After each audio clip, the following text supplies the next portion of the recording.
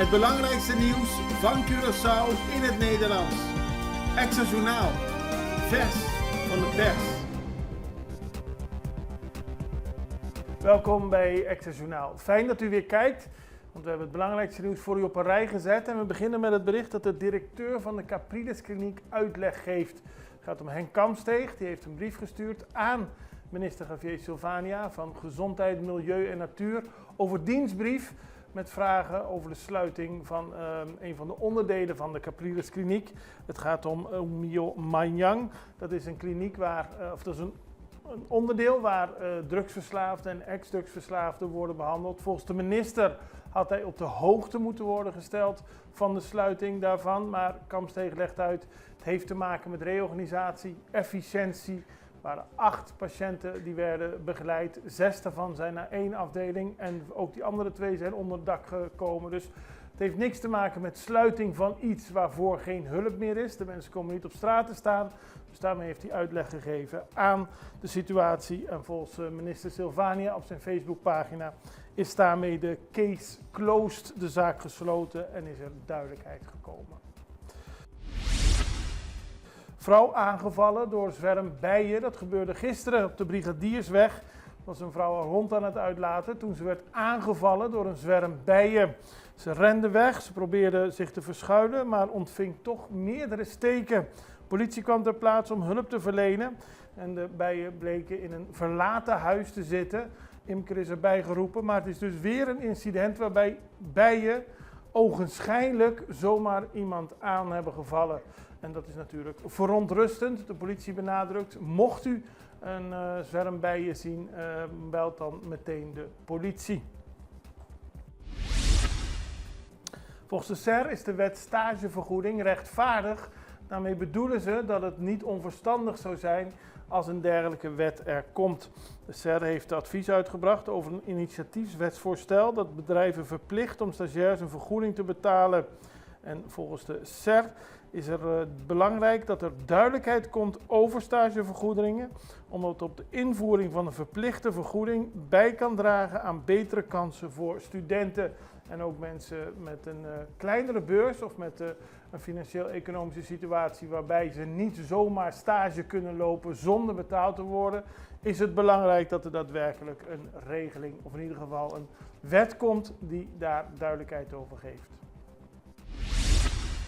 Inbraak bij Botica Sorsaka, dat gebeurde in de vroege ochtend van gisterochtend. Toen moest de politie naar de omgeving van de apotheek Sorsaka. Bij aankomst bleek de deur geforceerd en uit onderzoek bleek dat 2 gemaskerde mannen de deur van de apotheek hadden opengebroken. Ze waren naar binnen gegaan en namen een kistje mee waar contant geld in zat en renden daarna de straat over. Daar stond een Volkswagen Jetta te wachten waarin de mannen instapten en van de plaats verdwenen. De politie heeft de camerabeelden bekeken en in beslag genomen en heeft de zaak in onderzoek. Boom vliegt in brand. Opmerkelijk nieuws. Dat gebeurde gistermiddag bij de Kaya Shers in de buurt van het voetbalveld. De politie werd gevraagd om assistentie te verlenen nadat er een melding binnen was gekomen dat een name tree in de brand stond. De brandweer werd snel omgeroepen om het vuur te blussen, maar het is niet bekend hoe de boom in brand raakte. Er is in ieder geval door het snelle optreden van de politie en de brandweer niks ernstigs gebeurd. Maar een boom in de brand is iets opmerkelijks en ook die zaak wordt onderzocht. Onderhoud aan riool in Punda. Er wordt gewerkt aan het schoonmaken van de riolering in Punda. En daarvoor zijn deze week onder meer werkzaamheden in de Keukenstraat. Bij Plaza Jojo Correa, Hanchi Snoa, Volksstraat en Prinsenstraat. Het is een situatie die niet altijd even fris ruikt, dat kunt u begrijpen, maar wel noodzakelijk is. En de Extra heeft de volgende beelden daarvan gemaakt. Dan staan we stil vandaag bij de Wereldwijde Dag tegen Mensenhandel.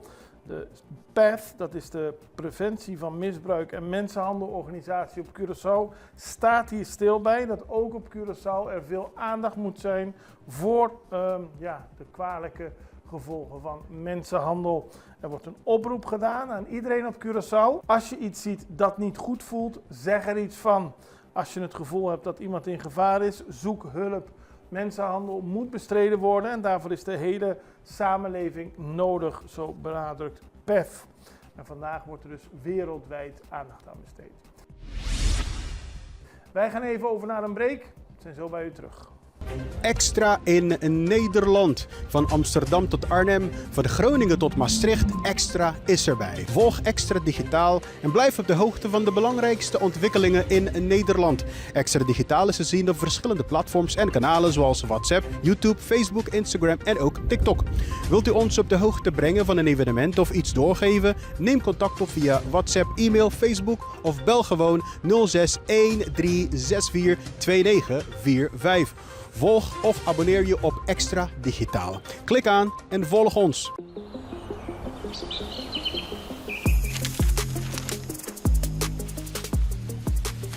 Welkom op Curaçao, een van de mooiste eilanden in de Caribiën, een ware parel. En het is een eiland waar je van heel veel zaken kunt genieten. Van de natuur, van de zee, van het eten, van de mensen en zoveel meer.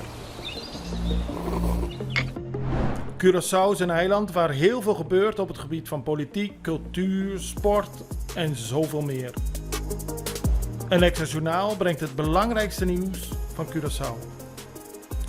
Maar we hebben ook aandacht voor al het nieuws op Bonaire en Aruba en op de bovenwinden, Saba, Sint Maarten en Sint Eustatius.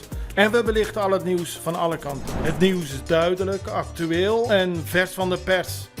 Extra Journaal, elke werkdag op Salto. Op Curaçao zijn we de hele dag bezig met het maken van Extra Journaal. Volg ons op je favoriete Amsterdamse zender. Tauro.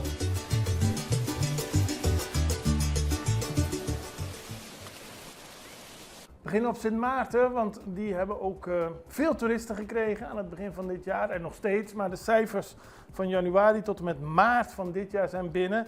En dan blijken meer dan 250.000 aankomende passagiers te zijn geteld. En als je het optelt, de mensen die aankomen en vertrekken, gaat het om bijna 534.000. De cijfers van het aantal aankomende passagiers is een stijging van bijna 11% ten opzichte van de situatie vorig jaar tussen januari en maart. En het gaat vooral om mensen uit Noord-Amerika, Amerika en Canada. 67% is daarvan afkomstig en 25% is afkomstig uit Europa. Meer luchtvaartnieuws, want Best Fly wil een verbinding tussen Aruba, Bonaire en Curaçao. Het moet gaan om een regionale lijndienst. Dat is geschreven in de Arubaanse pers. Het bedrijf registreerde deze week namelijk een Embraer-toestel dat onder een commerciële vliegvergunning moet gaan opereren tussen de ABC-eilanden. Best Fly wil met de nieuwe lijndienst de onderlinge verbindingen tussen de eilanden versterken, vaker vliegen en eenvoudiger en goedkoper. En dat klinkt iedereen natuurlijk goed in de oren. Dan gaan we naar een hele andere situatie. Sinds vorige week weten we dat het digitale systeem van de Belastingdienst plat ligt. Het is gehackt. Minister Sylvania sprak over ransomware. Er zou losgeld misschien gevraagd worden, omdat de Belastingdienst niet meer in haar eigen gegevens kan. Maar wat is dit nou precies? Wat is hacken precies? Wat is precies een ransomware en wat gebeurt er met onze gegevens? Want de Belastingdienst, de gegevens van de Belastingdienst gelden natuurlijk van ons allemaal. Dat zijn onze gegevens van de belastingaangifte en dergelijke. En die zijn dus nu gehackt. We wilden weten wat precies de consequenties kunnen zijn. En daarvoor spraken we met Dirk Jonker van Thesis IT Services. Hij is IT Security Specialist. En met Kevin van den Eshoff. Hij is van Dorzetta Ethical Hacking. En hij is ook een specialist op dit gebied. En we vroegen hen, wat weten we nu eigenlijk van de situatie bij de Belastingdienst? Nou, de specifieke situatie van de Belastingdienst, daar weten we nog niet zoveel van. De minister heeft alleen aangegeven dat het een onderzoek is bij een aantal organisaties. Een Nederlandse expert is hier binnengekomen. En dat samen met iSecurity is opgepakt. En dat wordt dan uitgezocht.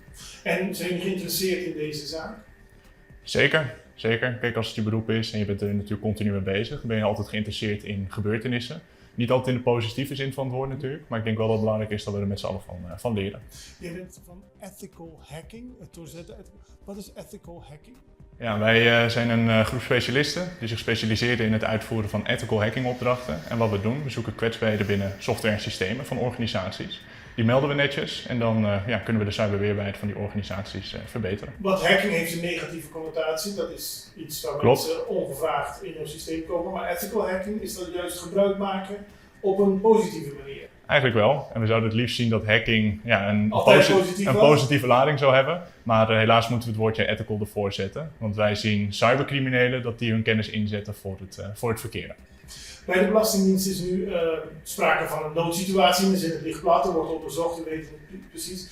Maar is het verbazingwekkend voor jou, voor jullie, dat zoiets gebeurt op Curaçao?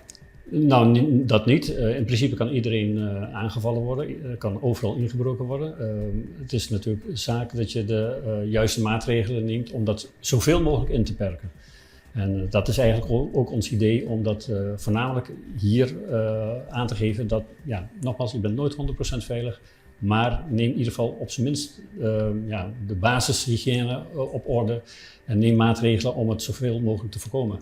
Gebeurt dat voldoende op Curaçao of gebeurt het onvoldoende? Wij hebben eigenlijk een beetje het idee, het kan beter. Mm-hmm. Het kan altijd natuurlijk beter, maar we hebben vaak ook nog wel een beetje het idee van, doordat er schaamte heerst, dat het ook niet meteen gemeld wordt. En daardoor is het ook wel heel moeilijk om aan te geven van hoe vaak het nou hier naar voren komt op Curaçao. We noemden in het voorgesprek al, kwam je met het voorbeeld dat het eerder gebeurd is hier op Curaçao bij een nutsbedrijf. Ja.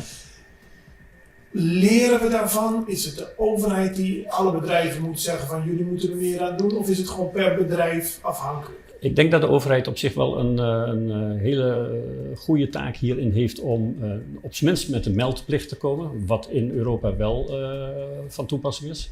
Dat is denk ik al. Een meldplicht is hier niet.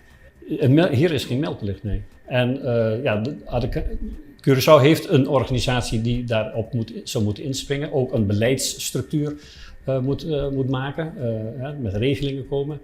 Nogmaals, in Europa en Nederland heb je nu NIS 2, waar dan de vitale organisaties van een land aan een bepaald niveau moet voldoen van cyberweerbaarheid.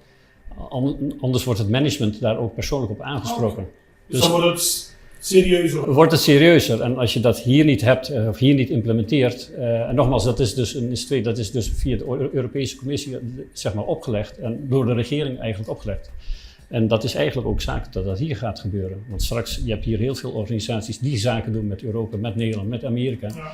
En als je dat hier niet op orde hebt, dan kan dat ook consequenties hebben met het zaken doen met Nederland, met Europa. Daar vertrouwen ze hier niet. Nee. Wat is een cybercrimineel? We krijgen altijd beelden van een jongeman met een hoodie die op de kamer van zijn moeder heel slim is en overal inkomt. Ja. Is dat adequaat? Nee, niet precies. Het kan iedereen zijn. Net als dat je kan het ook zijn. Net als dat je in een normale samenleving ook gewoon mensen hebt die bepaalde dingen doen waarvan je het misschien niet verwacht. Vaak zijn cybercrime-organisaties ook best wel groot en omvangrijk. Het kan eruit zien als een normaal bedrijf als je daar rond zou lopen. Alleen ze voeren criminele activiteiten uit.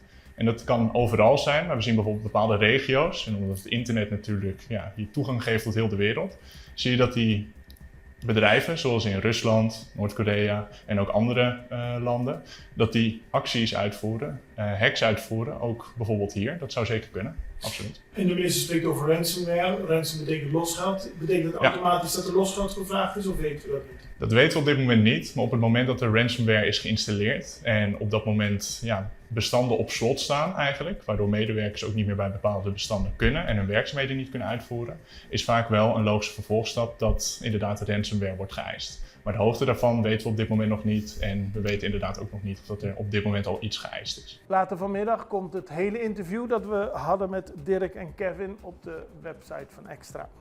Dan gaan we naar internationaal nieuws, want de president van Colombia, Gustavo Petro, heeft de Amerikaanse ambassade in Bogota gevraagd zich niet te bemoeien met de rechtspraak van zijn land. Vanuit Washington was kritiek gekomen op de veroordeling van oud-president Álvaro Uribe wegens het omkopen van getuigen. Uribe werd veroordeeld omdat hij mensen onder druk zou hebben gezet die in de gevangenis zaten om een valse getuigenis af te geven.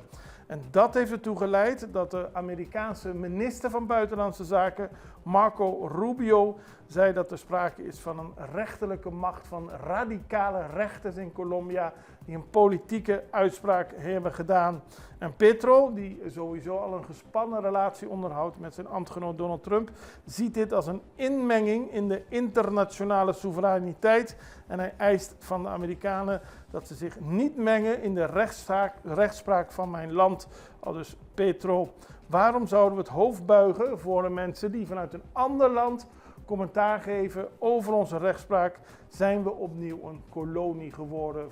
Zo vroeg Petro zich af. Nou, we houden het voor u in de gaten, net zoals we al het nieuws voor u in de regio in de gaten houden. En morgen zijn we er weer en ik hoop u ook. Het allerbeste, tot ziens, dag.